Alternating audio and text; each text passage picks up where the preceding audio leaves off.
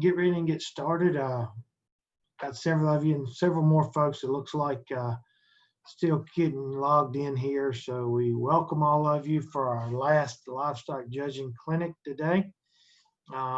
This has been a part of 4 of them now, and this will be the last one. We're going to cover beef cattle. We welcome all of you for taking the time to go through those and be here today with us. So thank y'all. And we are recording all of them. We do have them. We're working on getting them all edited and up on our YouTube page. We got several we've added today. We'll add these and a few more as we go through in the coming weeks. If you are looking for the goat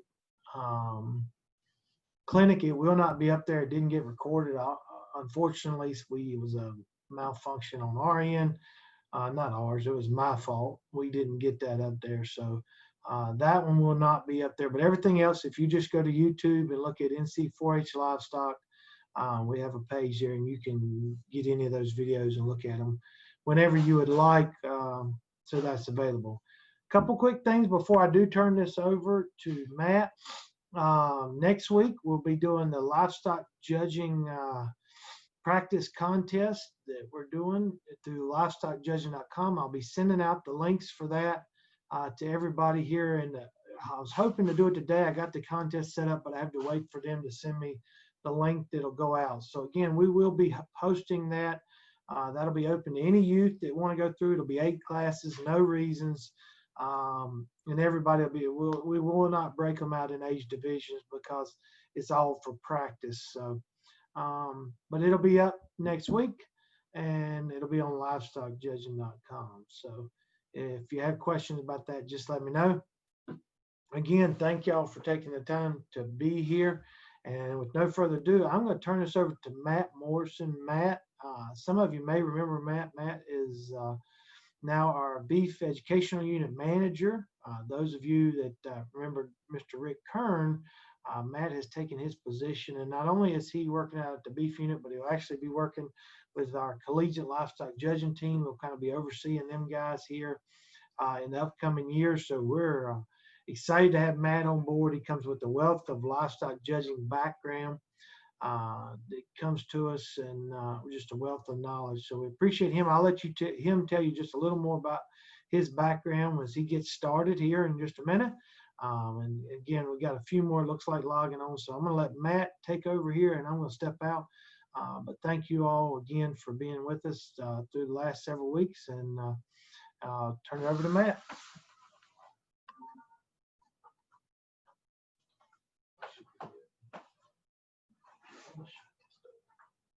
Cool. So my first question for you guys, I don't do a lot of Zoom. Usually I'm on the other side where I'm just kind of watching. How many people are out there? How many do we have? Do you guys, like, you can unmute and respond in if you'd like.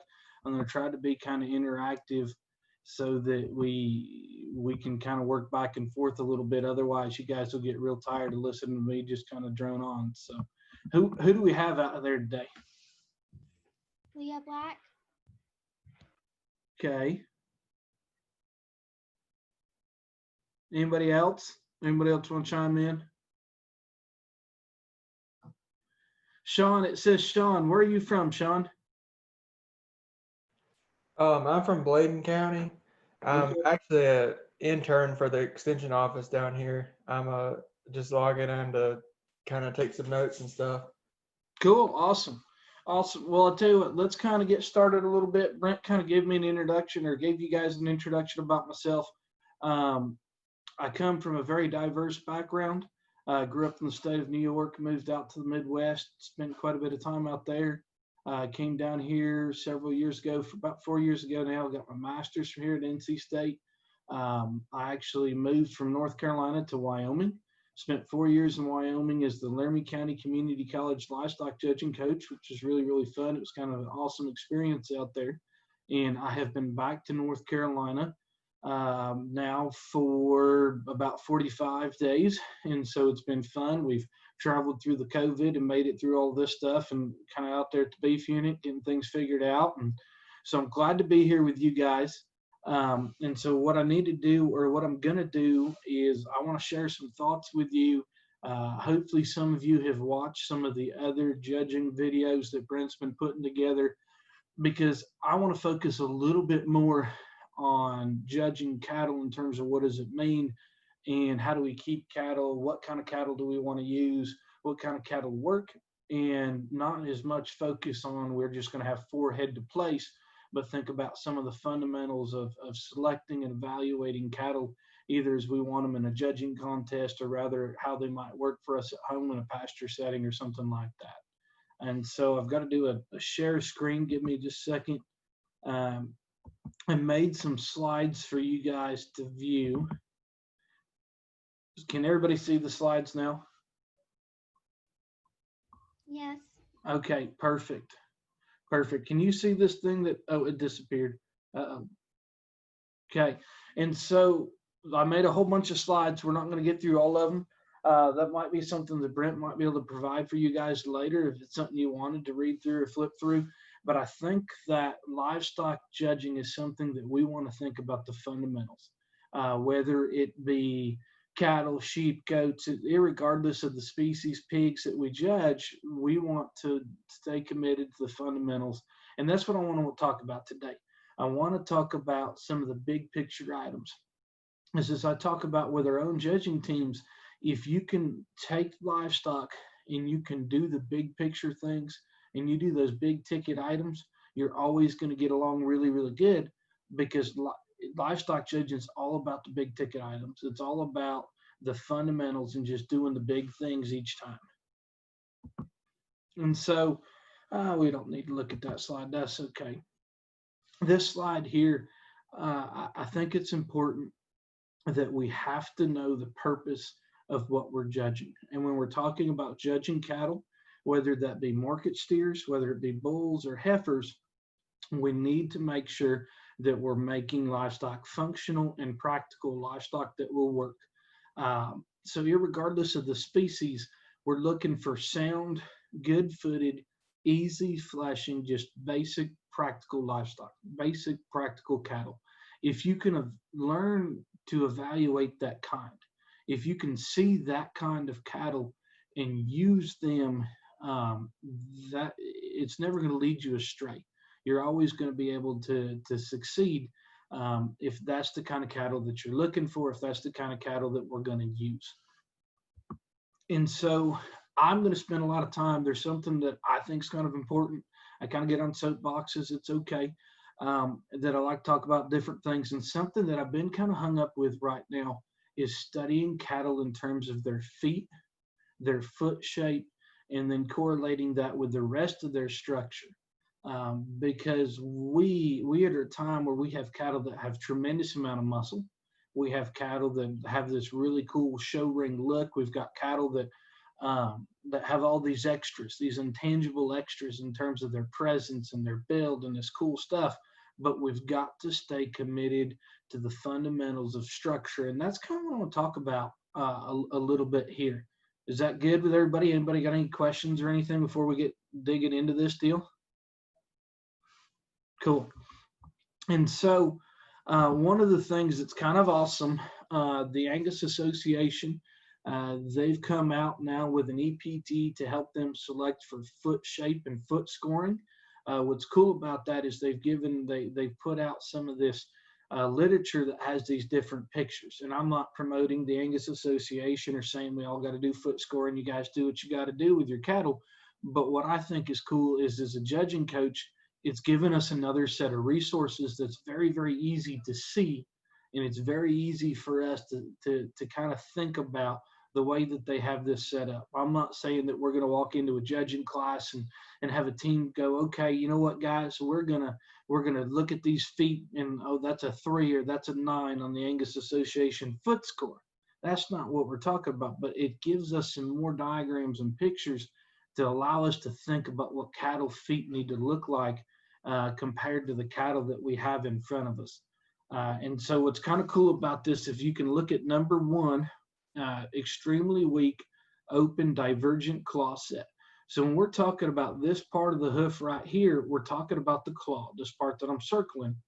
And so when you look at this one, there's an obvious problem, right? This is very, very open. We've got a lot of toe spread here. Notice each toe's kind of going, oh, got to go back. Don't look at that. Each toe's kind of going a different direction. We've got some serious problems here. On the other end, if we look all the way down to 9, look at how the claw, or look how the toe of this foot is actually curling over the other one. So think about cattle as they're out and traveling in a pasture. I don't know about you guys. We've had about a week of rain. And a couple of weeks ago, we had several weeks of rain. So we're dealing with a lot of mud. We got a lot of rocks, got a lot of mud.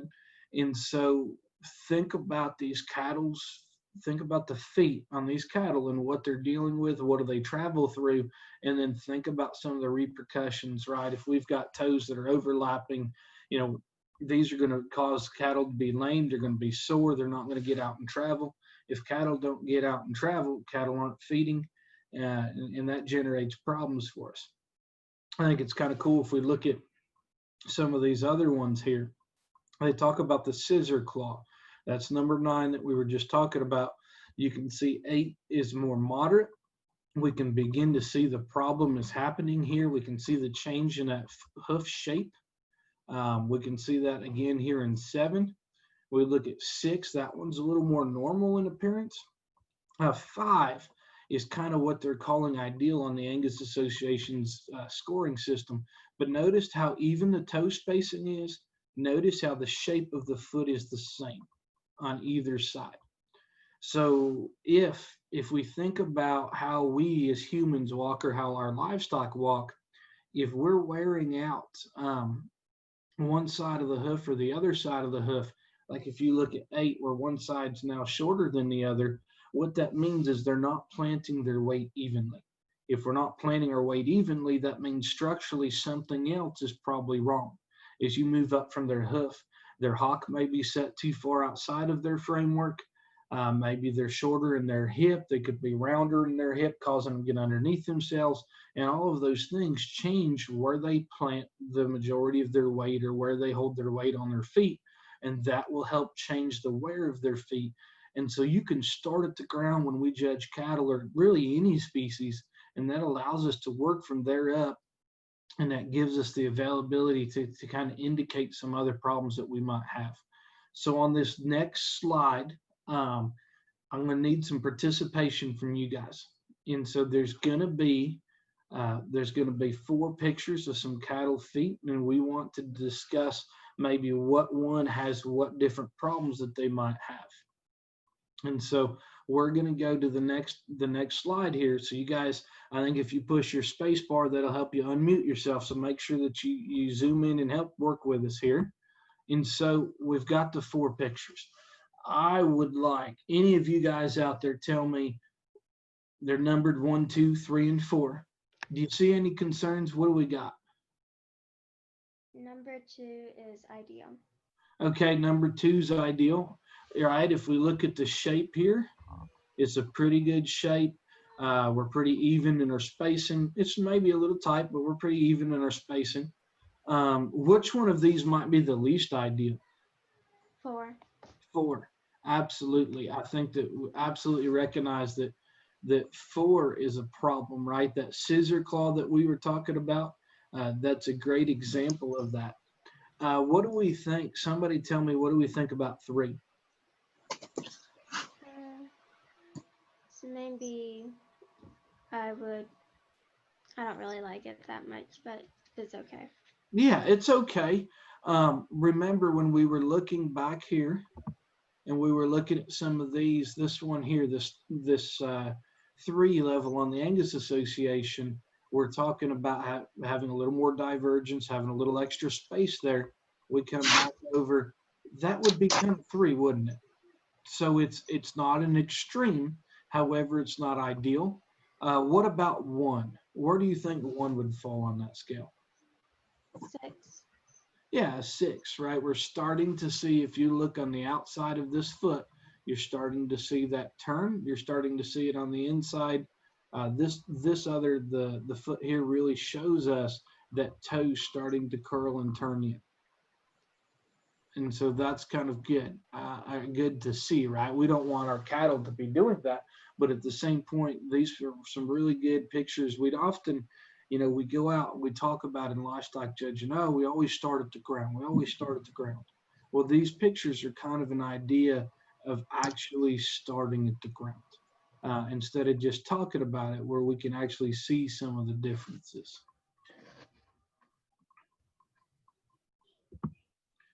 And so the next thing that we're going to talk about, the first part we were talking about the claw set or the actual shape to the foot. This time, think about looking at cattle's feet from the side. And so this is a really good indicator. We talk about cattle that are too straight-legged. We talk about cattle that have extra set and some of those things. Well, if we start at the ground like we say that we do in livestock judging, that can really give us an indication of some of our problems. Like, look at the number one picture. Is there any flexibility to that at all?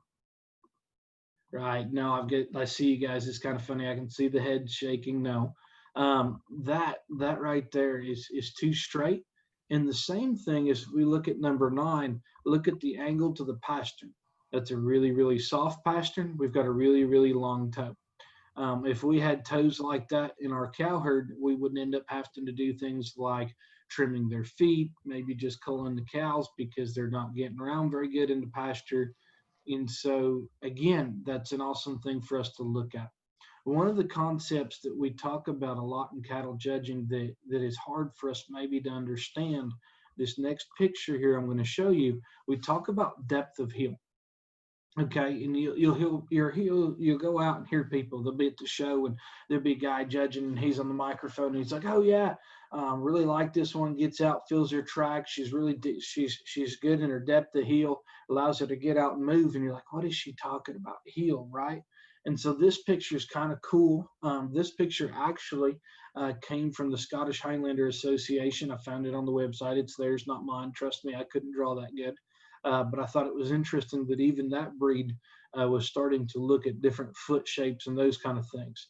And so this depth of heel, if we look at, these would be rear feet on cattle.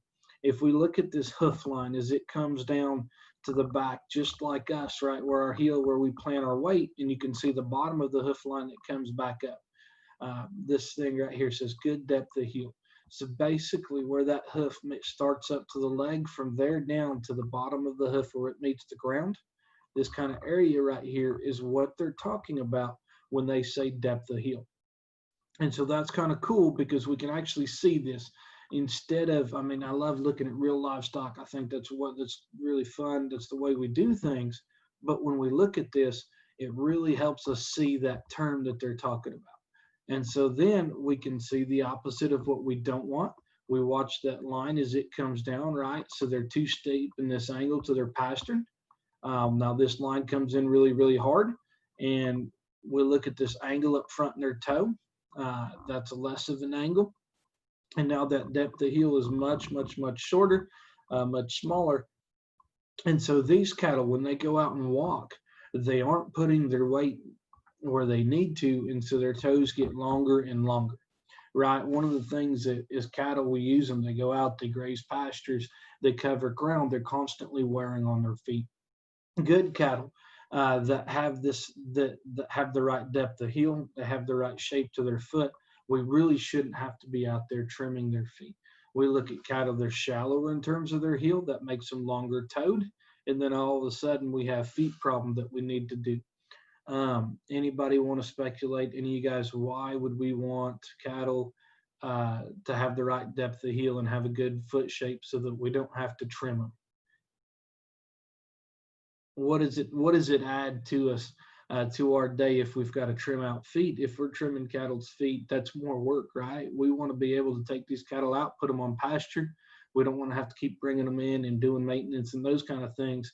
And so we're all about making life easy. We want to make sure our feet and legs are good and they're shaped the right way. Anybody have any questions about cattle feet? Anybody got anything for us here? No, thank you. Okay, perfect. The next thing, and I'm sure you guys have seen these pictures. These pictures have been around forever, but think about the angle to their front knee. So we started down here at the ground. Oh, look at this one over here, this weaker pastern, right? Depth of heel's not very good. Need to make sure that we fix that. So that's kind of interesting as you look at from there, and then we go from there up. We're talking about cattle that are too forward in their knee. Where would this foot angle right here fall? Right, that's too upright. That would be a lower number on that Angus Association score that they had, and this one would be more ideal. See what else we got on here. Looking at the front knees, remember what we were talking about with the back feet. Depending on where we're wearing out our feet or the pads of our feet, depends on where we're putting our weight. Many of those problems that come from, right, if we look at pigeon-toed, okay, so they're toeing in up front, that kind of gives them an offset. Now they're going to be putting more weight on the outside of their hoof wall. They're going to start wearing out that outside of their hoof wall before they wear out the inside. Kind of turns and doesn't allow them to work out comfortably. Right, this one here, kind of knock-kneed, where they bring their knees in, then they go out towards the ground. We've got bow-legged. Again, this when we have this line here, we're not allowing the livestock to be able to track freely. We're putting different pressure points as we place all of the weight of this, maybe it's a steer or a bull or a heifer. Now it's coming down into this joint and getting placed on it differently, and that adds added stress.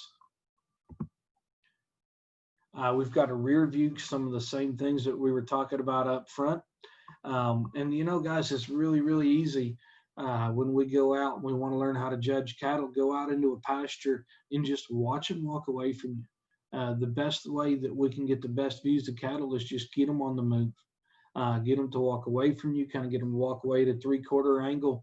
And so you can watch their hind leg to make sure that it falls in place with themselves. Again, it's that same thing. If we're talking about down at the ground, if everything falls in line and true, our foot shape, right, we're not going to wear. We start talking about being bow-legged, we're putting a lot of extra stress on those joints and how those cattle function. Rear side leg view here. We've got this one that's extremely curved. We've got one that's correct and one that's extremely straight. What I want to start with by saying this extremely curved. Think about everything. If it starts at the ground, think about this pastern and think about that foot angle score that we were talking about. Cattle that are extremely curved, oftentimes it starts all the way down in their pastern, works all the way up to this up through their hock and through the rest of their body. The thing that we have to understand in any species of livestock is the skeleton is all attached together, right? If livestock, like on this next slide, is kind of a good example of it. If they're too far forward in their shoulder, if the angle of their shoulder comes upright like this and they're too straight, that causes their spine to reach forward. If their spine comes forward, that means they're going to get tighter in their top line. If they're tighter in their top line, oftentimes they will get rounder out of their hip. And when cattle get round out of their hip, they consequently get up underneath themselves on the move. And so it all started, though, up front with the shoulder. And so we've got to understand all of the skeleton is always, it's attached together, it works together, it moves together, and it's cause and effect. When we have one thing that becomes wrong, the rest of the skeleton then follows it. This picture here, just talking about cattle that are too straight in their shoulder or upright in their shoulder, cattle that are too coarse in their shoulder. Anybody want to speculate why would we not want cattle that are too big and too coarse in their shoulder? What kind of problem, if I had a bull and he was too coarse in his shoulder and he was breeding heifers, what might I have a problem with?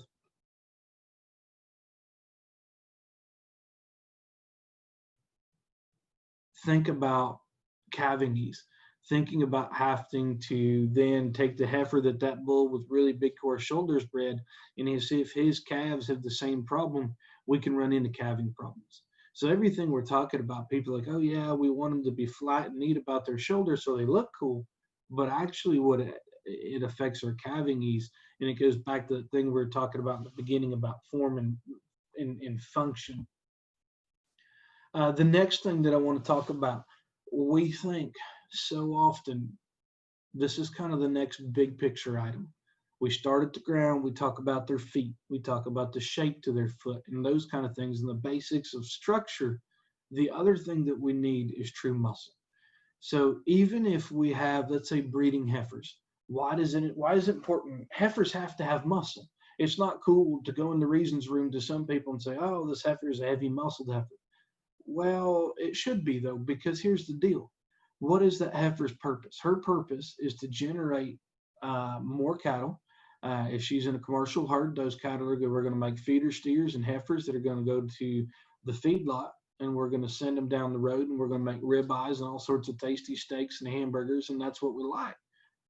So if she doesn't have any muscle, her offspring that go on feed that don't have any muscle becomes problematic.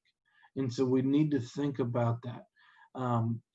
Bulls obviously injecting muscle into our next generation, and market cattle, right? That's their purpose, to study their muscle shape, the relationship between their muscle and their composition, their fat deposition, so that we have an appropriately finished carcass.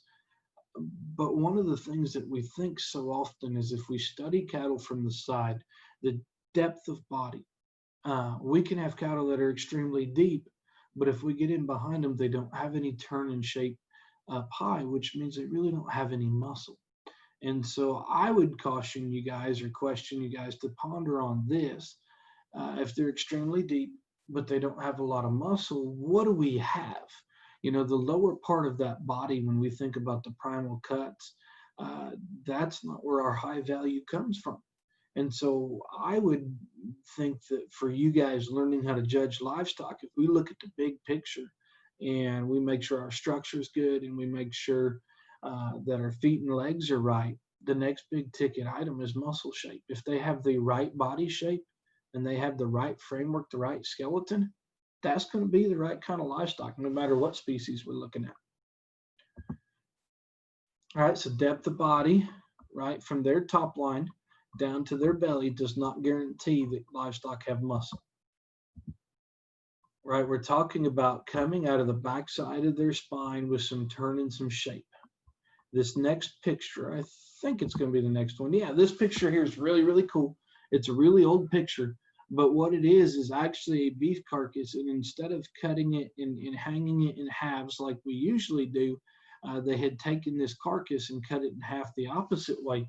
So what you're actually looking at would be a beef carcass. And so this muscle right here, the loin muscle, and then you can look at the rib cage that loin is sitting on top of.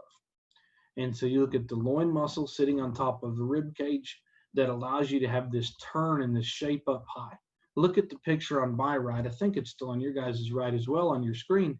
But as you watch this, you look at the rib. Where does that rib? It just kind of drops off. You look at the top shape and it just kind of drops off and makes this egg shape. This is a lot of an oval shape. And if we have this oval shape, the next problem becomes what? We don't have a lot of muscle right here. So we need that turn of the rib. We need that shape right there to help hold and support that muscle. If we look here on the left, and that's a great big muscle, we look here on the right, it's not. Look at the difference in their top line.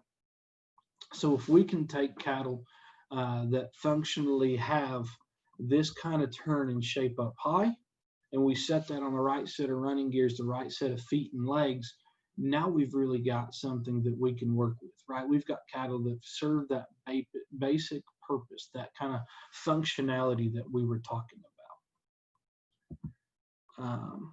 So let's see here. I think for today's purpose, there's all other things that we need to talk about.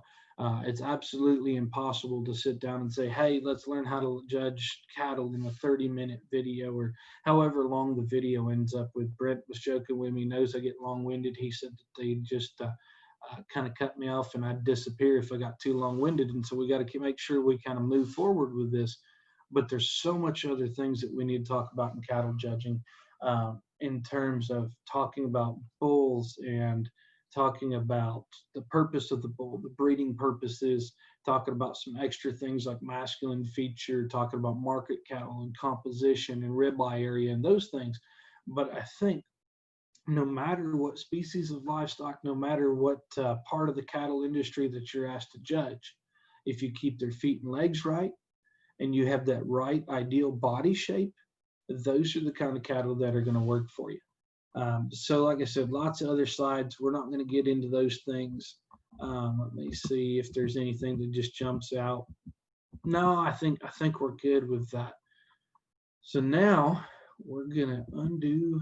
Oh, see if this works.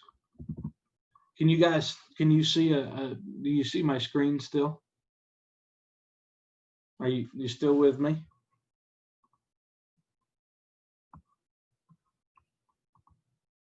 Okay, I got a thumbs up. Sean gives me a thumbs up, says he can still see the screen. So this is what I want you guys to, what we're going to do. We're going to take just a couple of minutes. This is livestockjudging.com. It's a class and market steers from the 4-H national contest in Louisville. And it's a really nice set of steers. So I'm going to play a couple of these videos.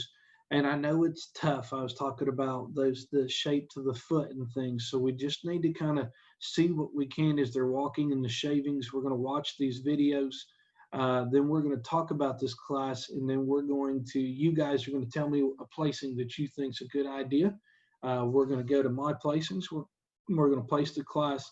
And then we're going to see the results and see how we did. So we're going to do that collectively. Does that work for you guys? Okay. And so let me hit the play button here. We're going to watch through these videos one time. So you're going to get a video of each steer and then a video with all 4 of them together. So I'm going to go ahead and hit play. I'll bring this up into full screen.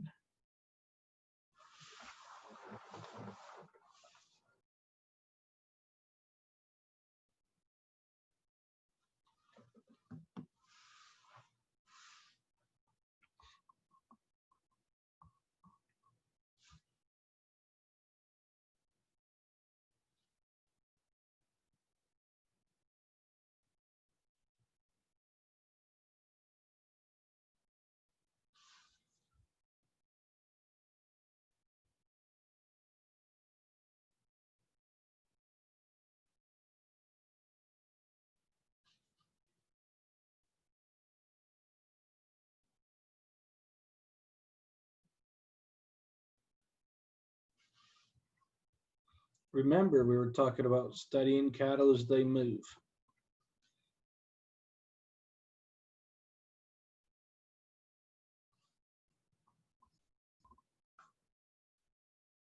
Okay, so here's the second steer.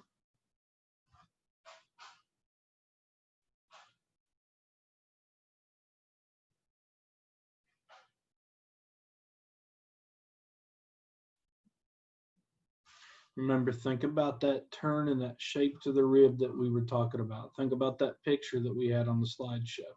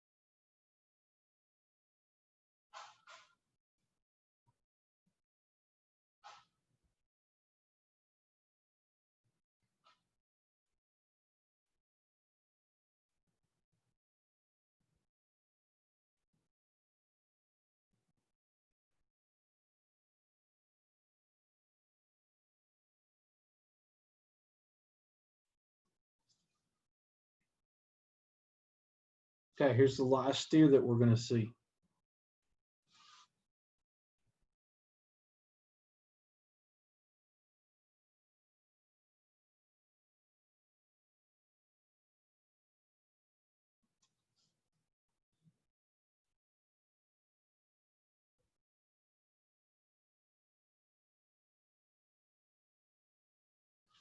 Remember, we were talking about that shape over their top. This video right here gives you a really good idea about shape down this steer's top.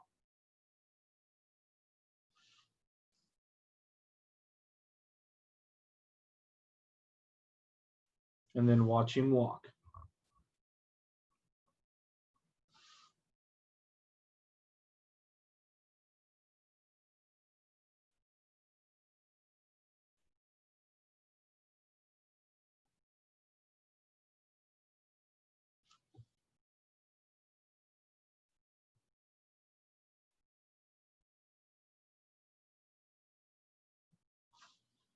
Okay, so they're going to kind of play this last video here that goes through all 4 of the videos playing at the same time. But as they're working through that, let's visit a little bit. So we were talking about the 2 big ticket items, right? We were talking about doing the big things, and there was 2 of them. We were talking about feet and legs, and we were talking about the shape and muscle down their top. Who thinks that there is a steer in this class that maybe doesn't do either of one of those things very well? Sometimes when we're judging, it's not about finding out who the best one is. Sometimes when we're judging, we can look and say, hey, there might be 3 cattle in here that do some other things, but there's one that maybe he doesn't move as good as the rest of them, and maybe he doesn't have as much muscle or as much shape. So somebody want to chime in here? There's no right or wrong answer. I'll give you a hint. There's one of them in here that I think doesn't do those big picture items that we were looking for. Anybody want to jump in? Don't be shy. If you couldn't guess, I'm circling the number 4. And so if we watch this video, I think there's one thing that you really want to see about this 4 steer.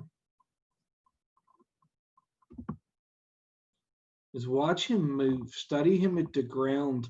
He doesn't feel his tracks. This is the shortest striding steer. He's the roundest in his hip up here. He struggles the most to go out and cover the ring or cover the shavings here.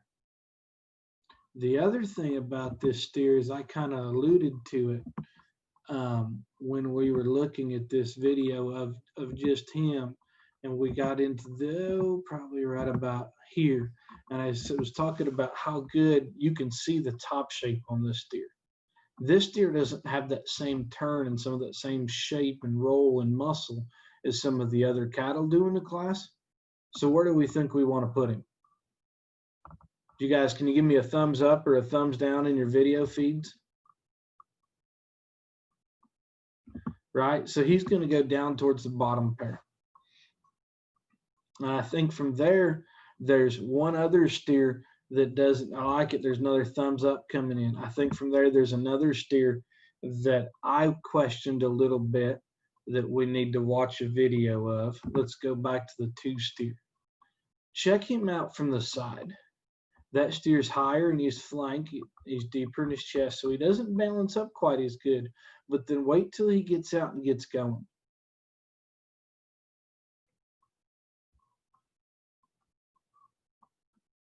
We get a picture of him moving here. There's top shape, so he's got more turn, more shape up here, it appears in the video, than the 4 steer did.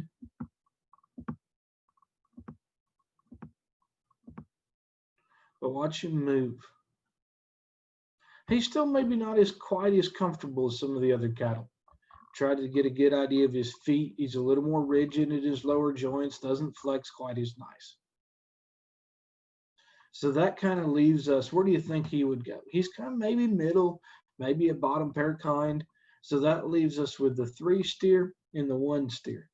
I think the 1 steer, I think this is cool. I really enjoyed having him in this video, because let's watch him move.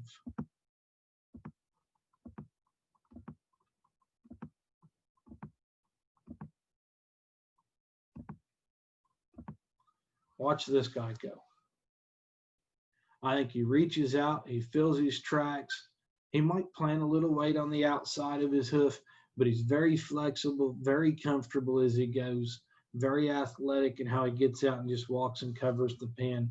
Still has lots of shape and muscle up high. The 3 steer,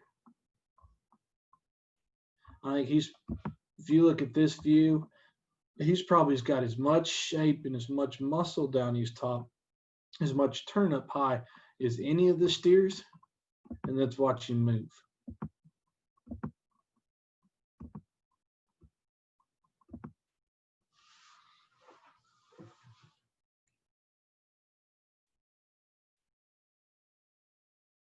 He's not quite as comfortable on his rear feet as he goes. So as a judge, that leaves me with this question. It kind of puts me in this spot where what I'm asking myself is, you've got the 3 steer and you've got the 1 steer. The 1 steer moves better. The 3 steer's got more muscle up high. He seems like he's got more mass. They're market steers, so then we make a decision, right? Being that they're market cattle and their purpose is for consumption, then I'm thinking a 3-1 and a 2-4 is probably a pretty good place. Let's go. We're going to go 3-1, 2-4. We'll find out together if we're right or not. Might be wrong. Oh, we got some questions here. Let's keep moving. Uh-oh.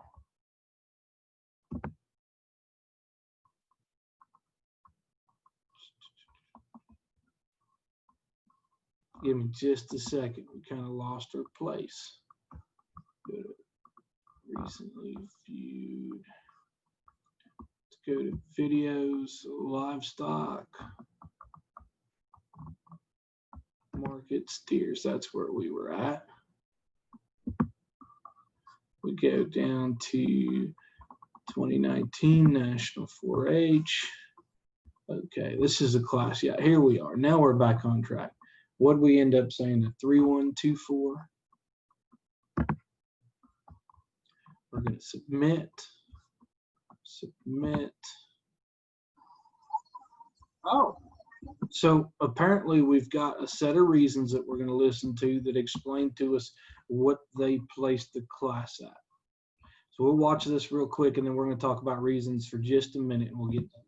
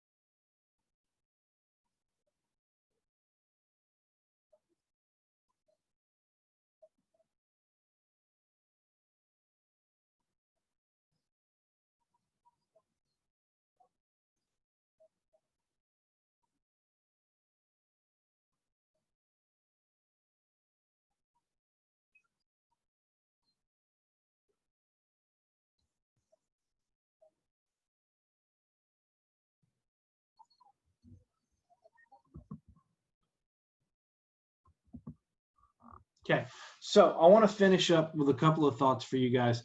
If anybody was out there thinking, oh, I'm never going to sound that for like that for livestock judging reasons or cattle reasons and stuff, that's totally okay, totally cool. Here's my thoughts, just as you guys, you're going to practice and do an online video contest next week, and then you're going to continue hopefully to the state contest and those different things throughout the year. Always make sure you concentrate on the big picture items. Make sure that you're thinking about what is important, right? We talked about feet and legs. We talked about true body shape. If we can make sure that we select livestock with those kind of features, we're going to be good. We're going to be using the kind of livestock that are always in the top pair. Find that kind that doesn't have that shape and aren't moving correctly, don't have the right set of feet and legs. We're going to find them in the bottom pair every time. And so it's going to work out really good for us. My thoughts for you guys as you think about reasons, as you get and continue forward with livestock judging, be entertaining, be honest, make livestock judging reasons something that's not scary to you. Just have fun with it. You got to become comfortable with it and just do whatever kind of practice that you need to make sure that it's just something. Don't worry so much about, oh, how am I going to sound to this person or to that person? Are they going to like what I have to say? Learn the kind of terminology that we use. Watch people judging shows. Watch these kind of videos and see what they use, the kind of the vocabulary that they use and those kind of things to describe the livestock, and just be you, be comfortable. My wife and I is kind of a soapbox divergent, if you will. We were watching a video, had Garth Brooks in it, and I couldn't figure out why it was so entertaining to me. And it was because he was talking and he was visiting, he was animated, he was moving around, his face was lighting up, and then he'd kind of scowl, and he was showing his emotion. And it just made me think of, if he was so entertaining, what could we do with livestock judging reasons if we could stay with that same kind of energy and that passion about what we're talking about and what we're doing? So I guess all I have to say at this point, I mean, unless anybody's got some questions, do the big picture things, have fun with the reasons room, stay passionate, stay energetic, enjoy judging livestock. Is there any questions? You guys got anything?